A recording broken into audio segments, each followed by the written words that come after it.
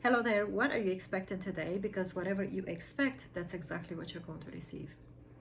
I'm going to be talking in continuation to the previous video where I talk about how to change your self-concept, ultimately benefiting you and your SP. I want to talk about recreating a self-concept of a relationship between you and the SP. In the previous video, and I am going to do this through a graph. And here's what I'm going to share with you. I'm going to remove this from my notebook.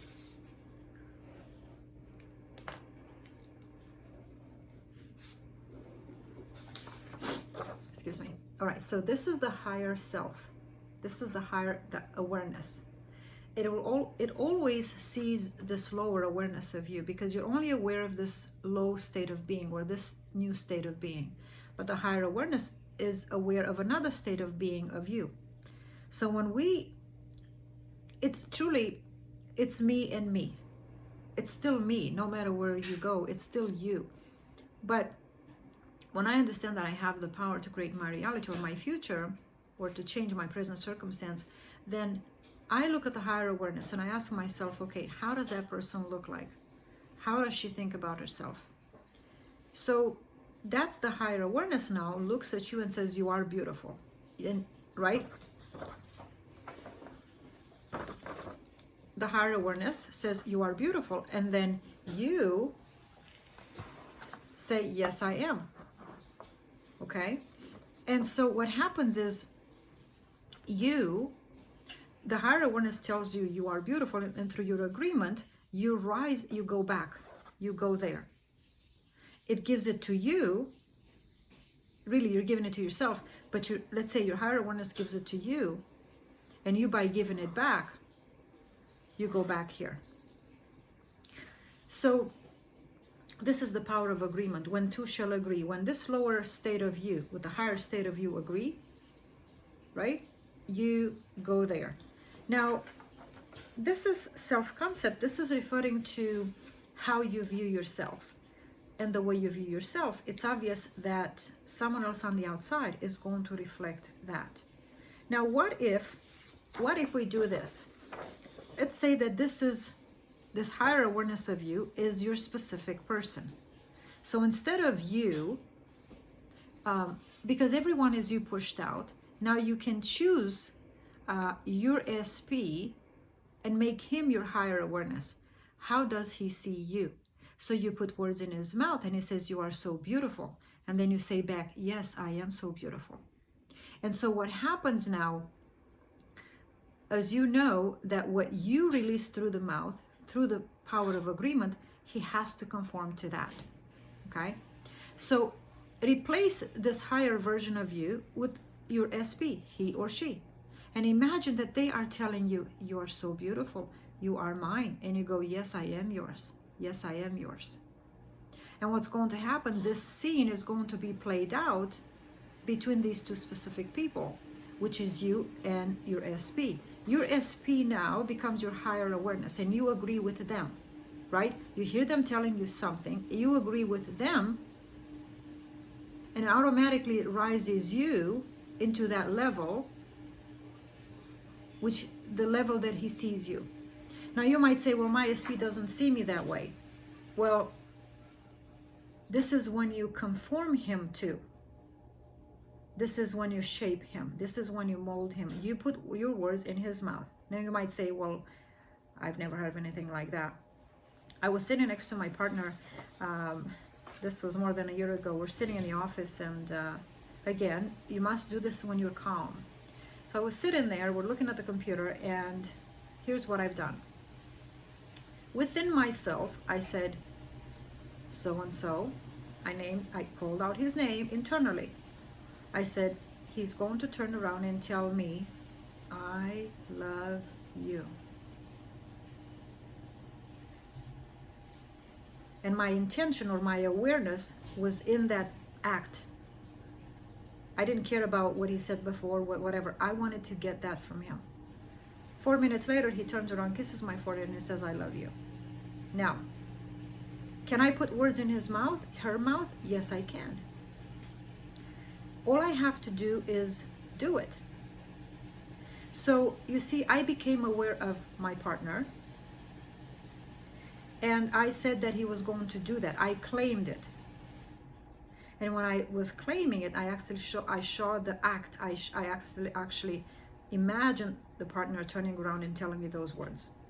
So when you imagine yourself, or your SP is your higher awareness, okay, you must have an image. So for example, have an image of them. And here's how I would encourage you to have an image of them.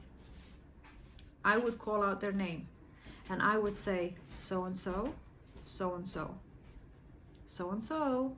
You're calling them, you're resurrecting them to life. You make them an alive being, right? You bring them from the dead, so to speak. If they're not in this room, to you, they're just a picture. In this present moment, because you're alive in this room, to you, they're just a picture. So you bring them alive by calling them out. And so you say so-and-so, so-and-so. And in your inner kingdom, or your soul, or your imagination, or fourth dimension, as you call their name out, you are going to see the hair, the nose, the lips, the chin. Okay, when you're satisfied, when you have traced their features of their face, right? Now you hear them telling you, you are so beautiful. And while you're saying that, focus on their face, as if they're the one telling it to you. But you see, you say it in such way that you hear yourself. You hear yourself. And through the hearing of yourself, you're hearing them. And then on your turn, okay, so you put the script, the lines in his or her mouth, and then you respond. This is an act. You're playing out, you're performing.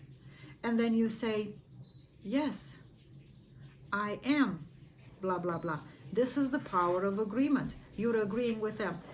I had, and still sometimes have, issues if a man will tell me that I am so-and-so and such and such. It's hard for me to believe it. And you know why it's hard for me to believe it? Because I don't create it to begin with. That's why even when it comes from the outside, some women have problem receiving compliments, have problem receiving gifts, because they don't see themselves worthy. This is one of the biggest issues that I have in my relationships. I have dated multimillionaires, I have dated different types of people, and I felt unworthy of their gifts. I felt unworthy of their praise. Now, I don't know, you may not be that kind of a person, but that's how I used to be. I felt unworthy. And the reason I felt unworthy is because it was obvious I manifested it, but I felt as if I didn't earn it. I felt as if I did not earn it, okay? And we earn everything in life. I manifested what I wrote on the script. I want to manifest this person, and I manifested it, but I couldn't keep it in my life because I did not earn it. And through this awareness, through the creation of the awareness, you hear your awareness or your SP speaking, and through your agreement, this is the earning process. You are earning this because you have done the work. So if you have done the work inside, when it comes into the outside, it's going to be so easy for you to receive it because you have earned it. The reason a lot of people, and Michael Beckwith said, many people are using the law of attraction, but they are unwilling to change themselves within. What he is saying is that they're not changing their self-concept, and they're not changing their awareness, right? They're not agreeing with their awareness, meaning they're not doing the work inside, all this doing that I've shared with you, and they're not earning that which is given so freely on the outside. And how do I know it was given freely? Because in all my relationships, I was given love, appreciation, and gifts, and money, and everything that any woman would want. But I could not stay in that relationship. I lost all my relationships because of this very reason. They were given freely, but I felt like I needed to earn it. You earn everything in life. Bob Proctor says, you know what, you can earn any amount of money. And now you must understand, to earn it is to do this work. To do the work internally. That's the only doing. And when you do it inside, then you are going to receive it from the outside with joy, because you have put in the work. So maybe the reason your SP is not coming in as quickly, it's because you have not put in the work. Because when you put in the work, they are compelled by your agreement, by your decision, by your work, to come to fruit, which means they're going to have to come into your life to manifest that. They're going to have to play that act out. Okay? So you prepare your actors, you prepare your SP, you conform them through this earning. You give to yourself through this work, this hard work, and every worker is worthy of his reward. I did not feel worthy of those rewards that were given to me. I couldn't hold on to them. As Michael Beckwith says, you can manifest something, but you will lose it. You will lose it if you did not earn it. And so I lost relationships. Now I look back at my past relationship and I ask myself, let's see, did I truly love that person? Did I truly love that person? And I realized that I did. But it was a tinted kind of love. It came from a different mindset. Somewhat on the outside, I said, well, I'm entitled to have it. But when it was given to me, I couldn't keep it. Somehow I rejected it. And I remember growing up, I used to go to my aunt's house and I would walk for a whole hour in the heat of the sun, and I would go in the house and she would offer me something to drink and to eat, and I did not feel worthy of it. She would say, okay, would you like to drink something? Would you like to eat something? And I would say, oh, no, no, no. But I was so hungry. And you can imagine as a kid, 10, 12-year-old, I was walking in the heat and the sun to go and drop something or pick something up. I couldn't drive at the time, and my parents didn't have the time to take me to my aunt's house. They were at work, and so I had to do the work. But I felt as if I did not earn it. That was the feeling that I've always had. And this is how our children are being raised. They feel that they're not worthy because they have not earned that worth within them. They don't see themselves as worthy. And to see themselves as worthy is to help them to create this higher awareness of them, come into agreement with it, and that's the earning. That's the only work. The higher self of them will say, you are amazing, you are successful, you are wealthy, you are worthy. And then you say, and then they say back, yes I am, yes I am. That's the work that you must do. The only work that we must put in is that of eliminating resistance. To eliminate resistance. And when you eliminate resistance, you enter into agreement, right? When there's no rejection, there is attraction. Resistance implies repelling. And so the moment we are earning, where we're doing these acts within ourselves, to the point where we are receiving what the higher self gives to us, and we are putting ourselves into a place of receiving, we have eliminated rejection, we have eliminated resistance, which means we have attracted unto us completely and fully that which we want on the outside. So we must eliminate resistance. Eliminate the resistance from building the higher self of your SP. Eliminate the resistance from assuming that they don't want to say those things to you. Eliminate the resistance from you agreeing with it. At every step, you've got to eliminate resistance. And to eliminate resistance is to see what comes up. If thoughts from the past comes up, then you reject them. If you watch my previous video, I said that I kept hearing a specific person telling me, you need to dress this way. And I said, no, I'm not. You take care of those objections in the moment. And the way you take care of them is when you eliminate them, in the sense that you don't pay attention to them. Which means you keep persisting in this act over and over and over again until those resistance thoughts are eliminated. Because if you don't give them attention, they're going to die. So to give this life, reject all those thoughts that want to come in the way. Yeah, but I remember when he said, she said, forget all of that. Today is a new day. You are creating a new circumstance before you. You must have a made-up mind and say, I will not experience what I have experienced in the past. The past is gone. The past is dead. I am going to bury the past, where nobody can find it anymore, not even the self. And now it's a new day. It's a day of rebirth. It's a new year, the year of rebirth. So that is how you do it. That is how you go from self-concept to your partner's self-concept of you. And then you take the same operation in every relationship in life. Work, job, business, money. It's the same relationship. Okay? And I'm not going to talk about this right now, but everything outside of you talks to you. When you say to your cat, oh, you're so cute, oh, look at you, it's the cat talking to you. When you look at your bank account and say, oh, I'm empty, that's the bank account talking to you. Now you must replace what your bank account tells you, right? You build an awareness of a bank account full, and then you come into agreement with that, and that must collapse itself. It must come by law, the law of perpetual transmutation. It must come by law.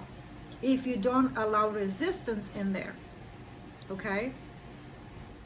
And the way to disallow, or the way to allow for it to come, you put yourself into a place of gratitude.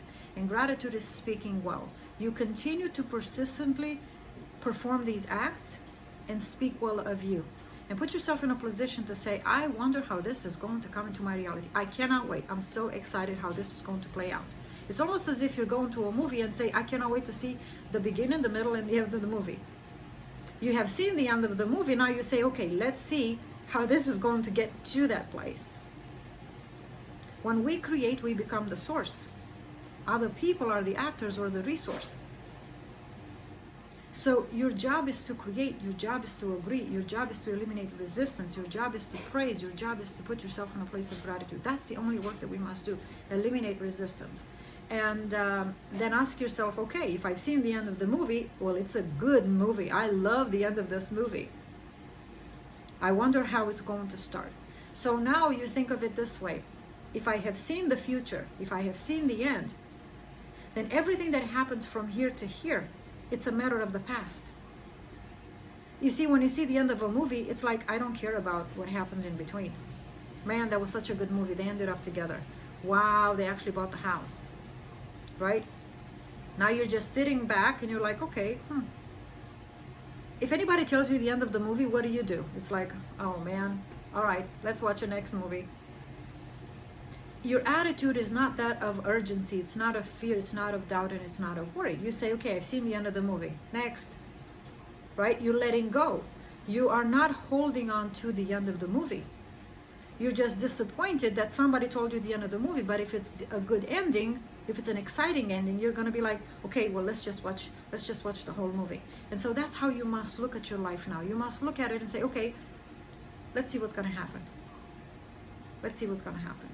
Okay, I was talking to a client earlier today, and I was talking to my SP about a client, and she said, with my SP, I was talking to my PA, my SP, was talking to my PA about a client, and we were talking about the circumstance and the situation that she finds herself in, and we had to look at the situation, and even though she's manifesting a committed, healthy, wealthy relationship that leads to marriage, she began to look at everything that he was saying or not saying.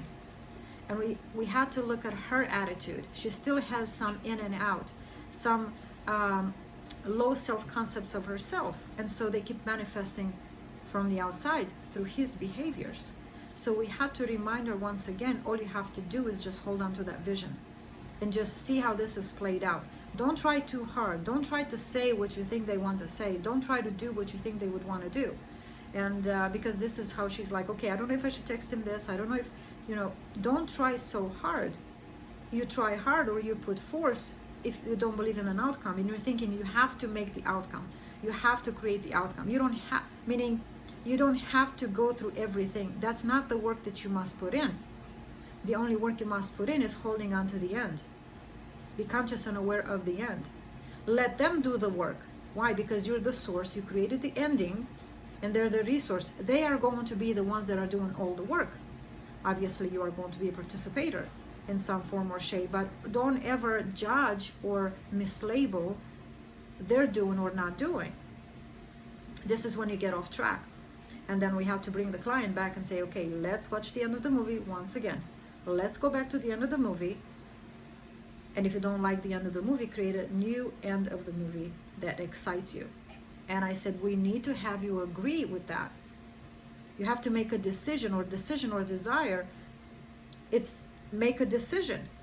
Make a decision that that's the end. Stop changing the end.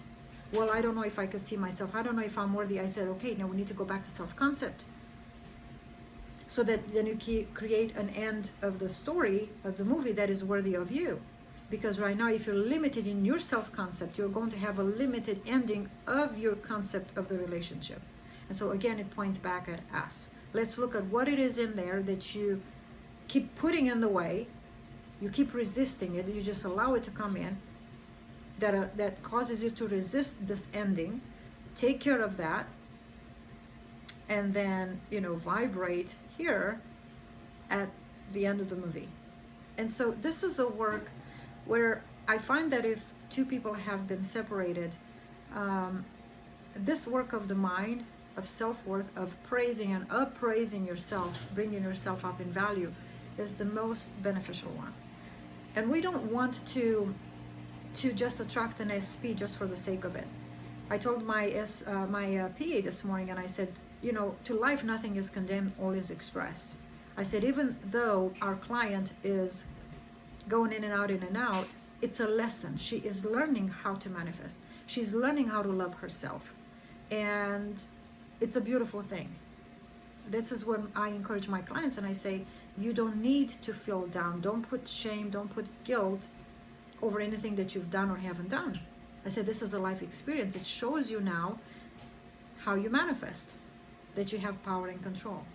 And obviously this is a beautiful thing. So that's how you just recreate yourself and your life. Ask yourself right now, how can I be the best version now in the process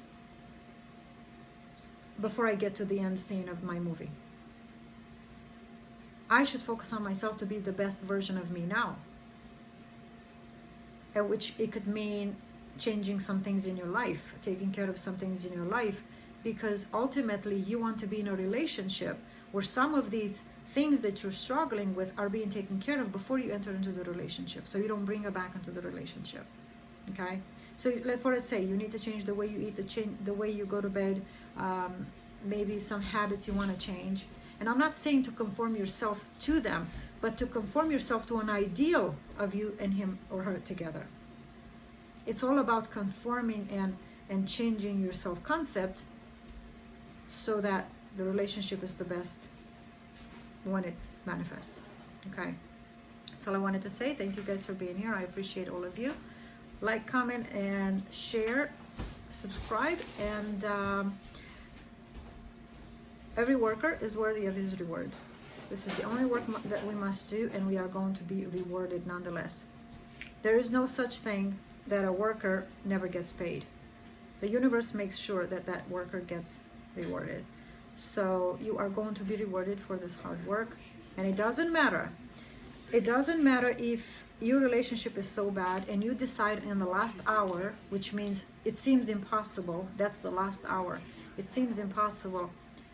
If you have come into the field and you have put in the work, you are going to be rewarded just the same amount of money as the person that went to work at 9 a.m. If you decided to come to work at 11:55 p.m., you are going to be rewarded the same work or the same pay. Okay, and you know that parable, because it takes the same amount of work for anyone, which means the worse it is, the faster you put in the work, you're going to receive the same reward as the person that takes forever to change themselves. You can change yourself faster, and other people will take them longer to change. That's what it's saying. You can be in the field, you can work on yourself an entire day and be rewarded just the same outcome. Or a person says, oh my God, this is an impossible situation, but yet you still decide to work at it, you'll still receive your reward. So it's not up to outside circumstance, it's not up to how bad it is, it's not up to me. Do I want this? The only prerequisite for any creation manifestation is, do I want it, and how bad do I want it? Then you earn it. You do the work, and then you earn your reward. Okay? Anything is possible, nothing is dead. I shouldn't say that. I should say nothing is lost. It's just misplaced. You have misplaced your thoughts for a while, and now you have to bring them back into the direction of that which it is you want. So be specific as to what it is you want. Create that awareness. Allow this lower version of you to agree with it. Agree on the picture. Now that's when the picture collapses. right? Or it becomes one, and then it must come into the physical form. Okay, guys, I'll see you next time.